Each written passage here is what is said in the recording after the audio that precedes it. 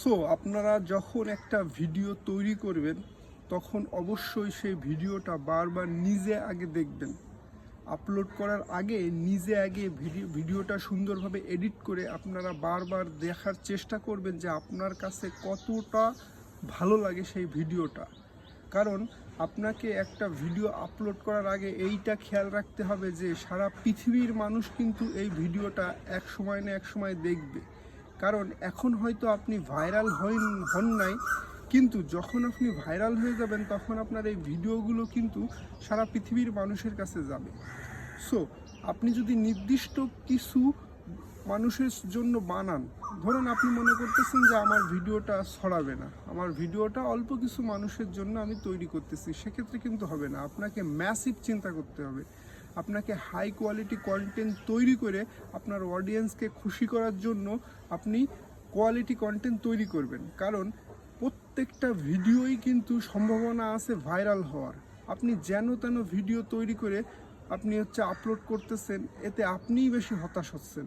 So আমি প্রথমেই বলবো যে আপনি কোনো একটা কন্টেন্ট তৈরি করার আগে সেটা প্রফেশনাল ওয়েতে আপনি তৈরি করবেন। যেহেতু আপনি প্রফেশনাল মুড অন করে কাজ শুরু করেছেন, এর অর্থ হচ্ছে আপনি ফেসবুকে মূলত অ্যাজ এ প্রফেশনাল ওয়েতে কাজ করতেছেন, অর্থাৎ আপনি ফেসবুকে চাকরি করতেছেন। এখন আপনি যদি যেন তেন ভিডিও ধরেন আপলোড করলেন বা আপনি ভিডিওটা শ্যুট করলেন, যেন তেন ভিডিও শ্যুট করে আপলোড করা শুরু করলেন, এতে কি হবে? আপনার কোয়ালিটি নষ্ট আপনি নিজেই করতেছেন। কারণ আপনার ভিডিওটা আপনার নতুন অডিয়েন্সের কাছে যখনই যাবে, সে তখন দেখবে যে এ তো যেন তেন ভিডিও তৈরি করতেছে, যা পাচ্ছে তাই ক্যাপচার করে আপলোড করে দিচ্ছে, তাহলে তো আর হলো না।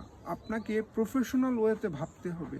কারণ এখানে যারাই সাকসেস পেয়েছে বর্তমানে, যারাই দেখবেন যে বড় বড় কন্টেন্ট ক্রিয়েটর বর্তমানে যারা ফর ইউ কাঁপাচ্ছে, তারা কিন্তু সকলেই ভালোভাবে ভিডিওটা এডিটিং করে আর ভালোভাবে ভিডিওটা তৈরি করতেছে। হ্যাঁ, আপনি যদি এডিটিংয়েও সমস্যা হয় কোনো সমস্যা নেই, কিন্তু ভিডিওটার কোয়ালিটি, অর্থাৎ যে ভিডিওটা দেখতে মানুষ পছন্দ করবে সেই মাপের ভিডিও কিন্তু আপনাকে তৈরি করতে হবে।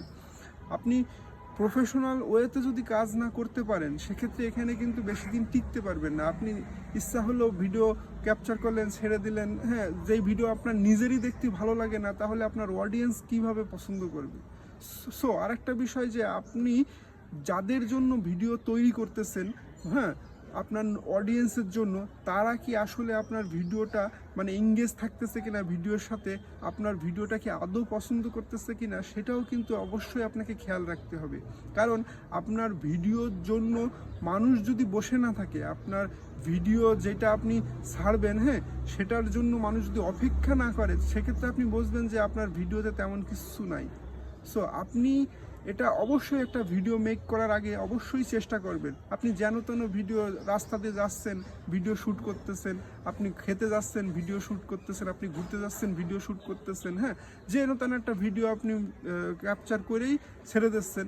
এখন কথা হচ্ছে কি যে এই ভিডিওগুলো কত দূর মানুষ দেখবে, আর এটা আদৌ কি ভাইরাল হওয়ার সম্ভাবনা আছে, এটা আপনাকে অবশ্যই ভাবতে হবে। কারণ আপনি যেহেতু প্রফেশনাল ওয়েতে কাজ শুরু করেছেন, সো প্রফেশনাল ওয়েতে আপনাকে ভাবতে হবে, আপনাকে কন্টেন্ট নিয়ে ভাবতে হবে, মানুষ কোনটা পছন্দ করে। আপনার ভিডিওটা আজকে ভাইরাল হচ্ছে না, কালকে ঠিকই ভাইরাল হবে, এই হিসাব করেই কিন্তু আপনাকে প্রতিনিয়ত কাজ করে যেতে হবে।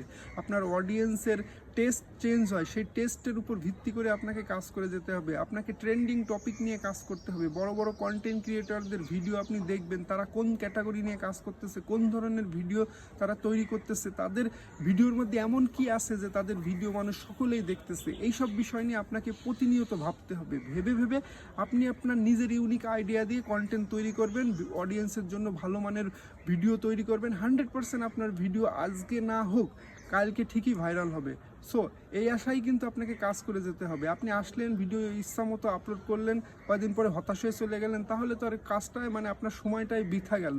সো সময়টা কাজে লাগান আর হাই কোয়ালিটি কন্টেন্ট তৈরি করতে থাকুন। সো আজকের ভিডিওটা এই পর্যন্তই। ধন্যবাদ সবাইকে।